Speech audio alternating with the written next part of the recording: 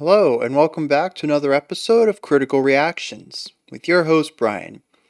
We're going to do a special selection, which is where one of you tell me exactly what it is I need to check out. If you have your own special selection that you'd like to submit, you can find a link to do so in the description below. Today's special selection comes at us from Melvin. It says Stryper, the one. That's what we're going to be checking out today. We listened to some Stryper last week and got a pretty good idea, I think, of who they are. Gonna get the second listen in and kind of solidify some of my ideas about them. So let's dive in.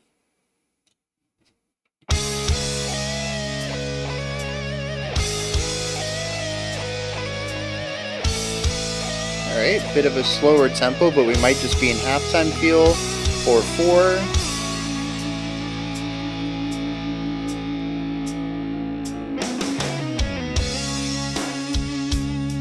Oh no, we're going a bit for a ballad.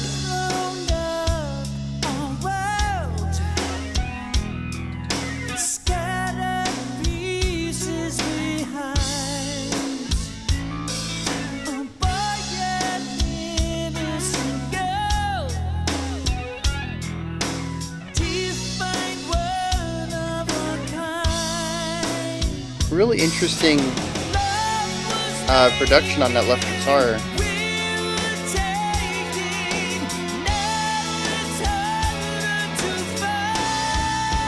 Really going for an epic vibe right here.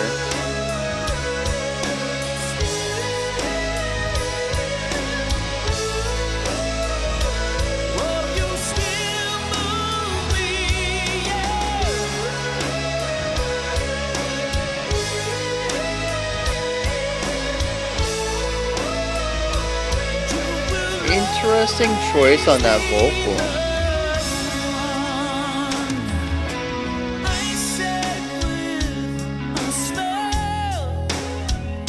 Yeah, see here the guitar's back though. It's I gotta figure out the name of that effect. It's very wavy.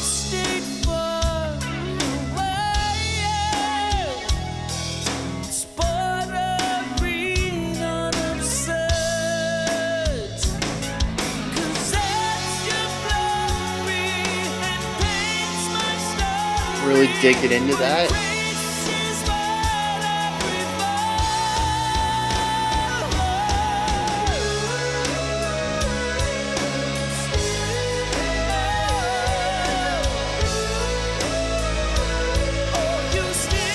I'm real interested what's going on there.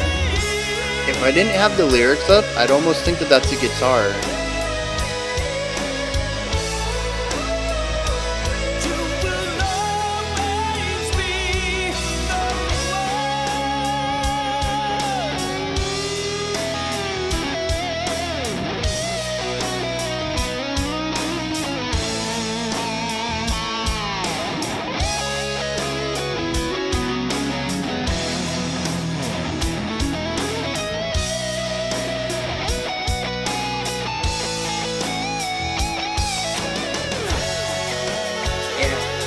Just like last time, just really great melodic writing across these solos.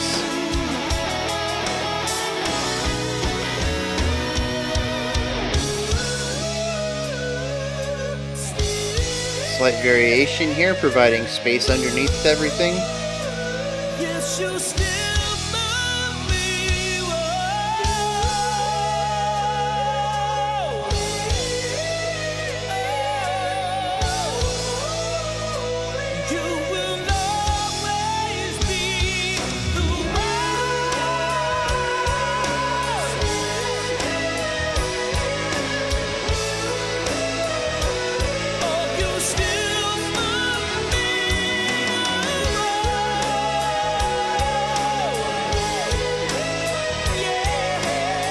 Also not what I expected from Stryper at all.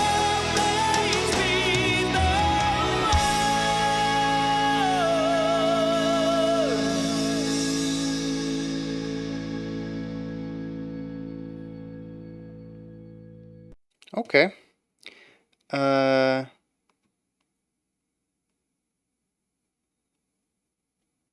Interesting. A very abrupt end to that as well. Um, really caught me off guard. So musically, there's two ideas here, right? We have the the vocally driven parts of the song, which is going to be the verse and chorus, and then the guitar driven part of the song, which is going to be the guitar solo. In the vocally driven aspects, we really don't get a lot of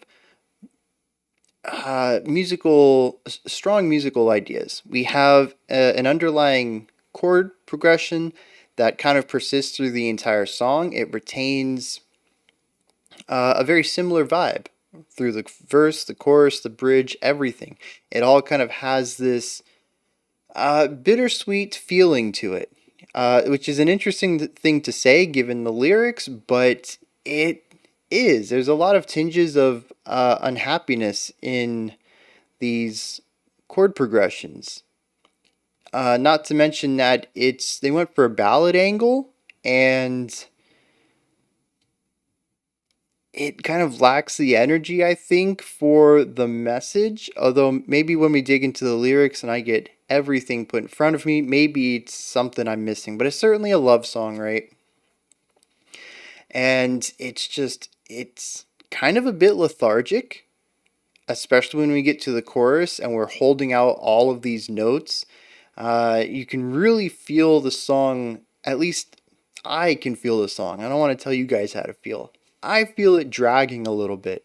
And I think it really doesn't need much, just a little spark, 5, 10 BPM increase, to really bring out some of the drive that I think the lyrics are trying to showcase.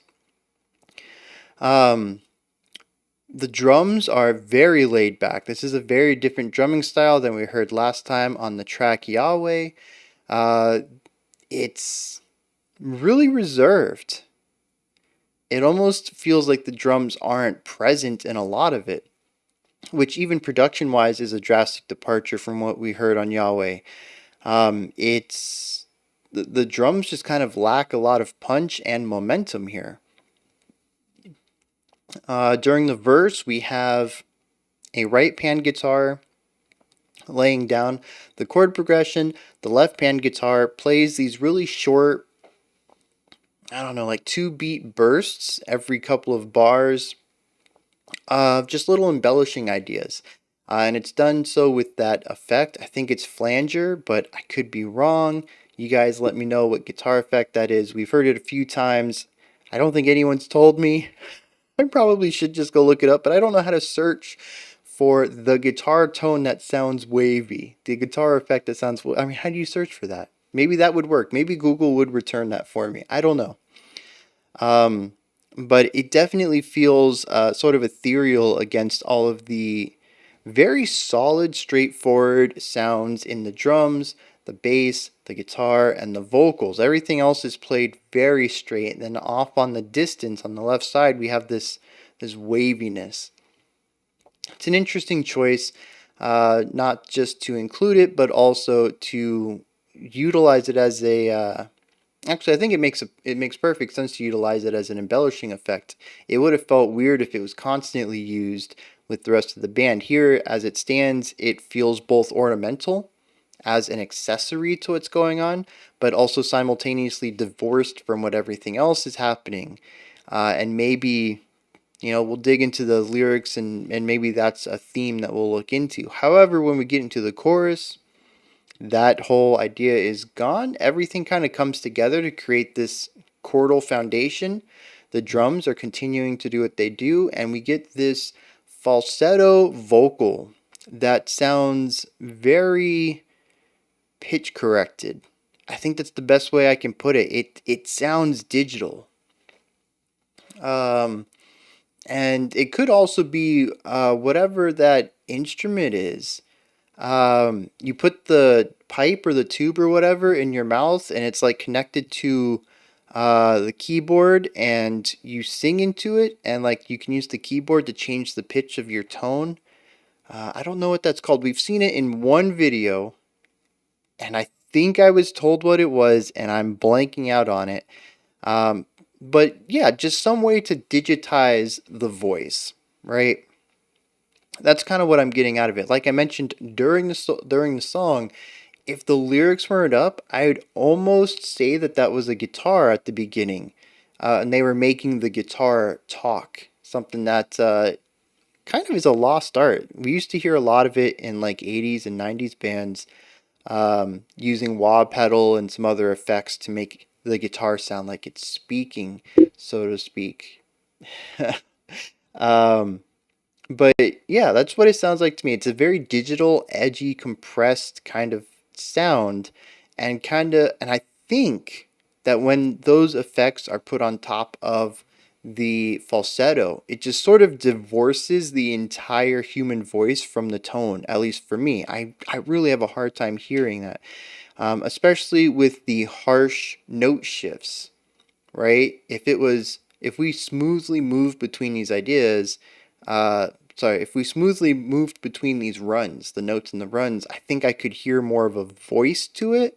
But because it's very rigid, it almost sounds, like I said, pitch corrected, right? We're missing the little transitions into the notes. It's very stepwise.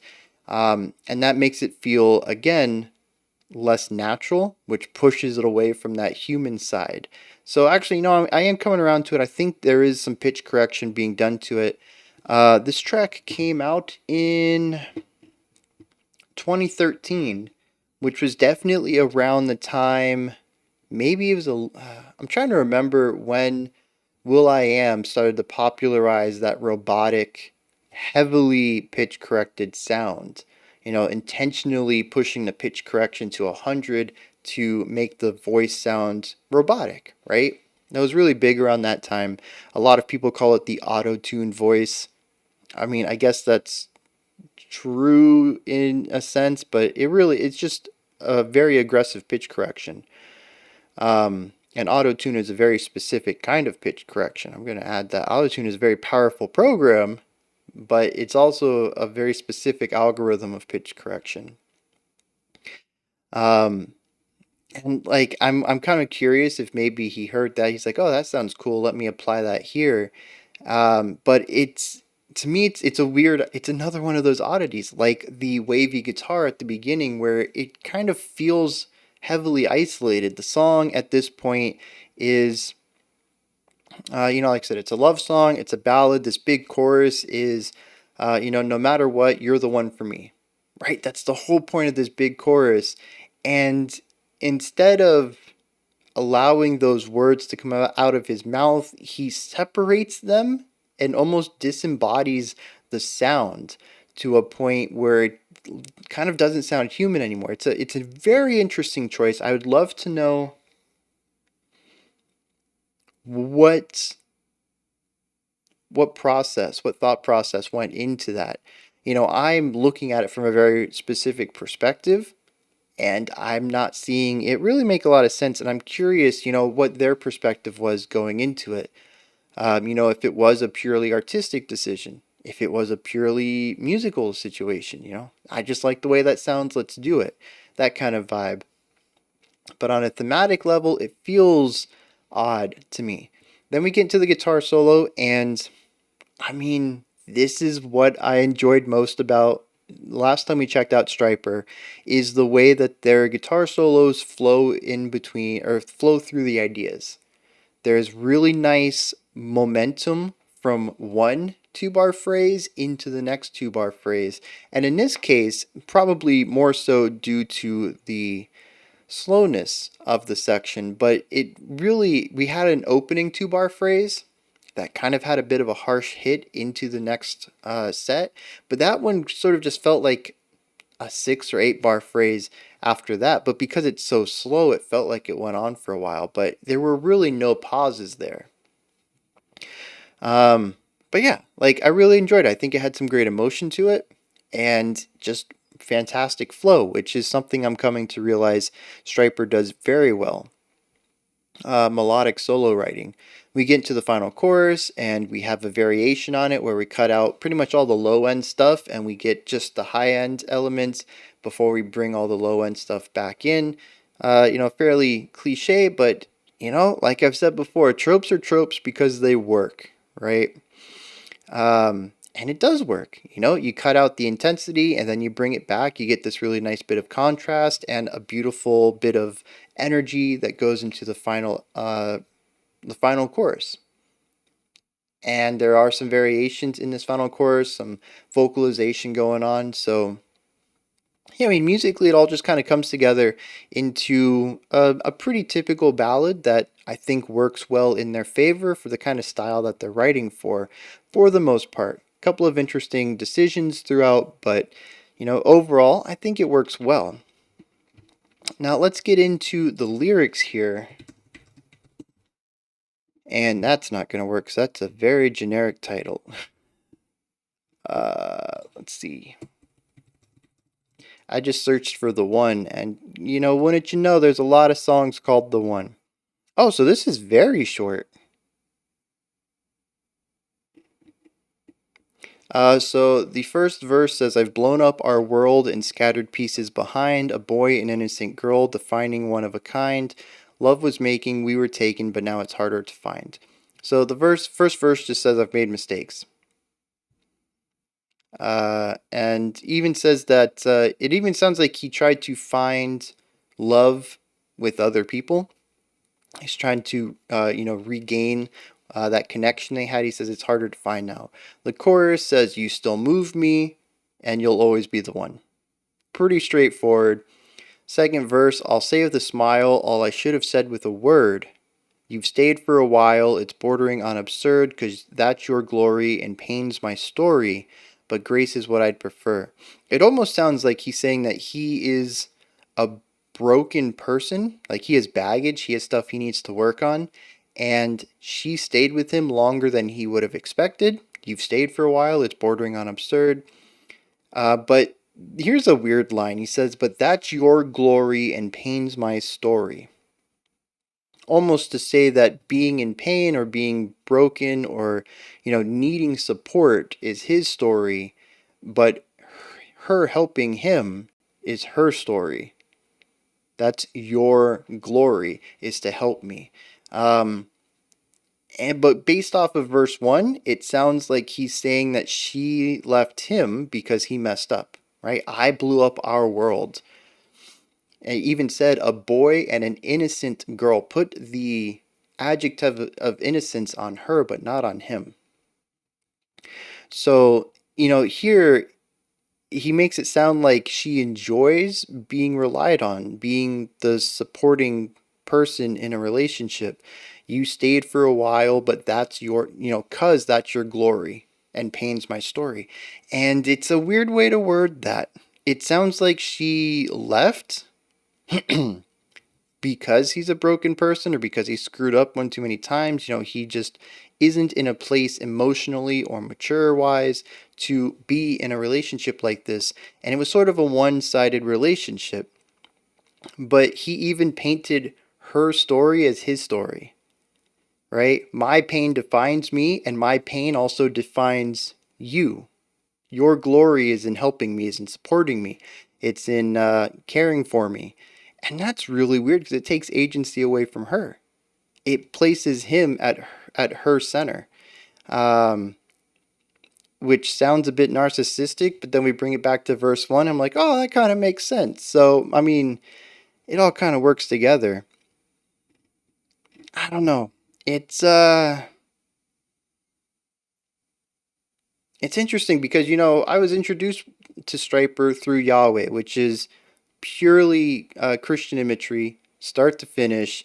It was a retelling of Christ being presented to the Romans for the crime of saying that he's God, and then it ends with his crucifixion, if I remember correctly. Just, very straightforward religious song. And here I was really expecting more of it, and we start off with the opening line, I've blown up our world and scattered pieces behind a boy and innocent girl. I'm like, wait a second, this is a love song? Not what I was expecting from Stryper. And I will say I feel a bit let down here. I think that, it's a song that I mean, it works, right? It's a love song. It's a ballad. I have a couple of issues with the lyrics, but it's a functional ballad, right? But coming off of Yahweh, I feel like that song had. I mean, granted, these were 2 years apart. Yahweh is a newer song, so technically there is more maturity to the band, which would probably result in more maturity in their songwriting. And I'm also comparing two songs in isolation. It could be that, the rest of this album is fantastic and the newer album was actually terrible overall. I don't know all of the context here. I'm comparing two songs from two different times, but this one just, it lacks the musical innovation. Nope, not innovation. What's the word? Not innovative. Oh, iteration, right? Yahweh was just a really solid heavy metal track.